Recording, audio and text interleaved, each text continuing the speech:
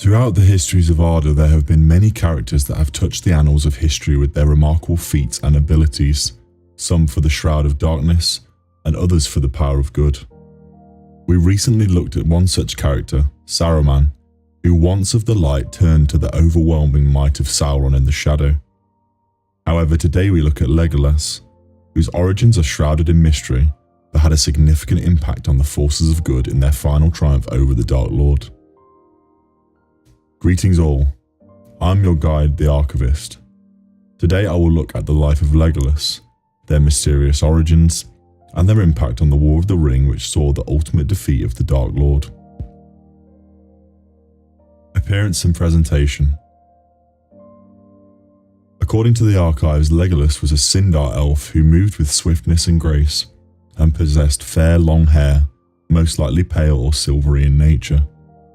He played a vital role in the Fellowship of the Ring in the Third Age. Being son of the Elf King Thranduil of Mirkwood, he was also of noble lineage, being a prince of Mirkwood. He was also a messenger for the king, as well as a master archer possessing great talents. He presented overall as a capable warrior, and also a conflicted character in the books, with a lot of nuance to his character. Although he lived among them, Legolas was not fully of the Sylvan Elves. As a son of the Elven King Thranduil, who originally had come from Doriath, Legolas was at least half Sindar. However, his mother's identity has never been revealed to the readers of Tolkien. This is complicated by the fact that a small minority of the Sindarin elves ruled the predominantly sylvan woodland realm of the northern Mirkwood area, a minority of which Legolas belonged to. The Sylvan elves were considered to be simpler and more private than the Sindarin elves, who were considered a noble class. After Morgoth was defeated and all Grand Elf kingdoms of Beleriand were destroyed, the Sindar nobles can be seen as having reverted to a simpler society and never again rose to the great elf kingdoms of the First Age. Legolas also presented as having a deep-set value and appreciation for nature, as many elfkin from Tolkien's world had.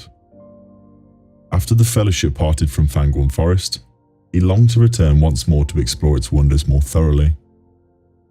Despite his sometimes conflicted character, he had a great sense of devotion towards his friends and allies and cared for them deeply, even forming a bond with Gimli, despite the differences between their two races.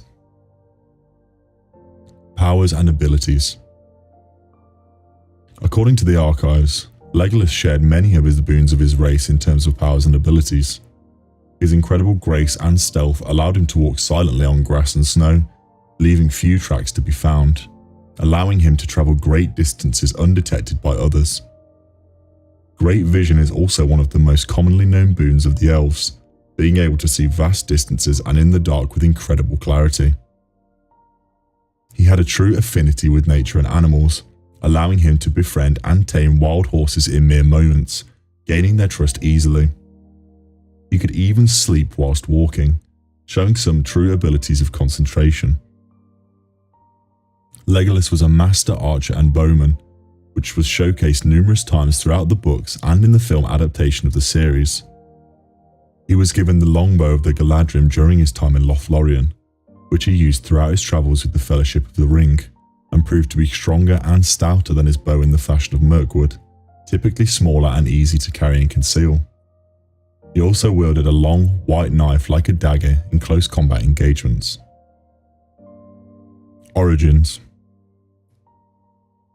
Legolas's origins and details of his early life are something of a complete mystery to the archives. Despite being such a prominent character in the arc of the Third Age, and specifically the Fellowship and the War of the Ring, there are very few, if any, details that specify Legolas's full parentage, age, or any details surrounding his childhood and life before the War of the Ring begins in full. We know for sure that Legolas was the only son of Thranduil, king of the elves of northern Mirkwood. His exact date of birth and mother's name are unknown. As far as has been revealed and sure by the texts, he's anywhere between 500 to 3,000 years in age, judging by him being born approximately sometime at the start of the Third Age. His father is Thranduil, but his mother is never revealed.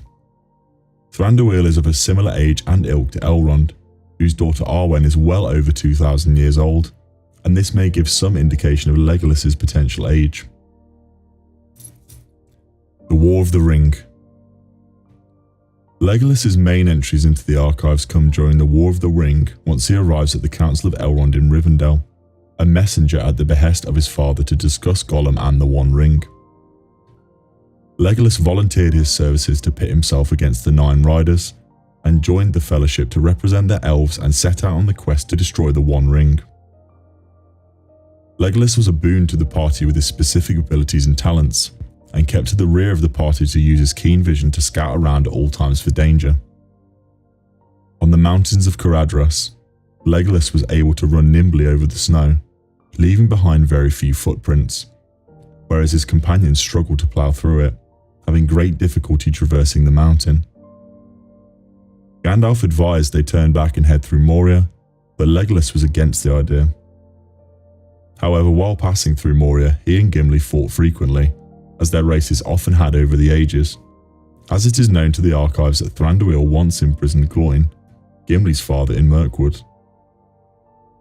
However, despite their differences, throughout the journey he and Gimli often found each other, together, and became friendly in nature despite their differences.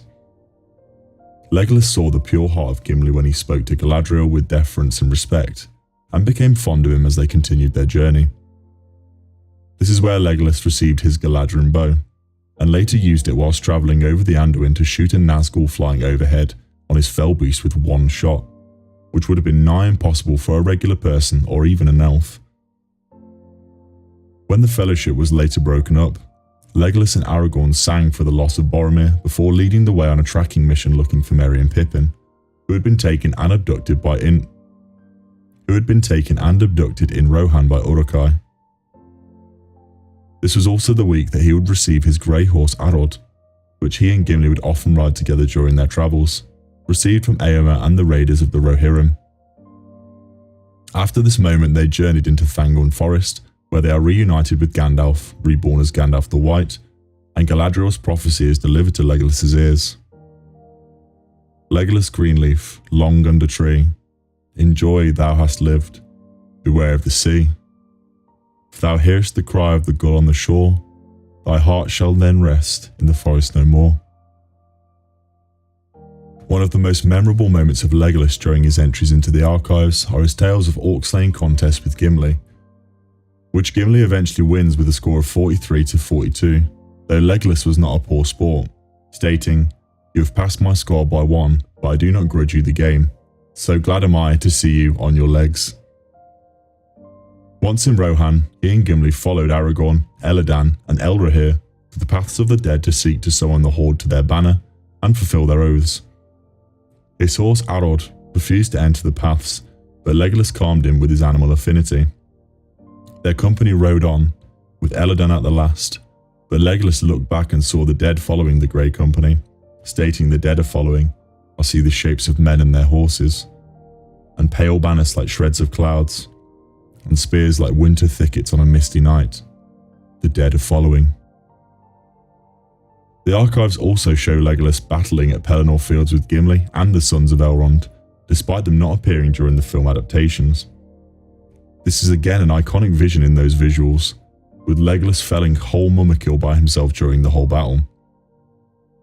Beyond them, in the Houses of Healing in Minas Tirith, his memory awakened his sea longing in him, and he took part in the final battle of the Black Gate as well as part of the company surrounding Aragorn, who is now presumed the leader and king apparent of the Men of the West.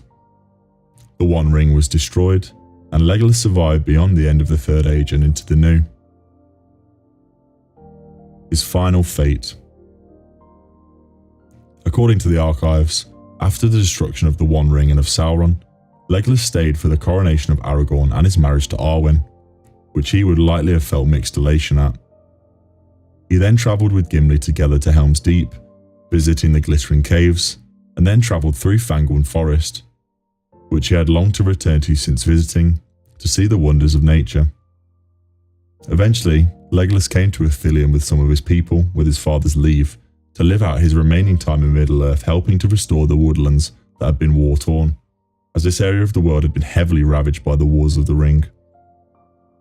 After the death of Aragorn Elessar, Legolas's close friend and ally, Legolas decided to make a ship and depart Middle-earth, taking his best friend Gimli with him, He was invited especially by Legolas to the Undying Lands, being the first and only dwarf ever to do so, which is an interesting thought.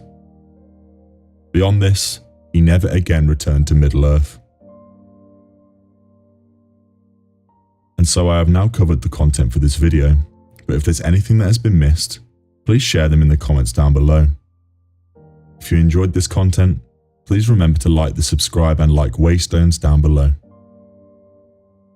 Na luego vanadvan. Until we meet again.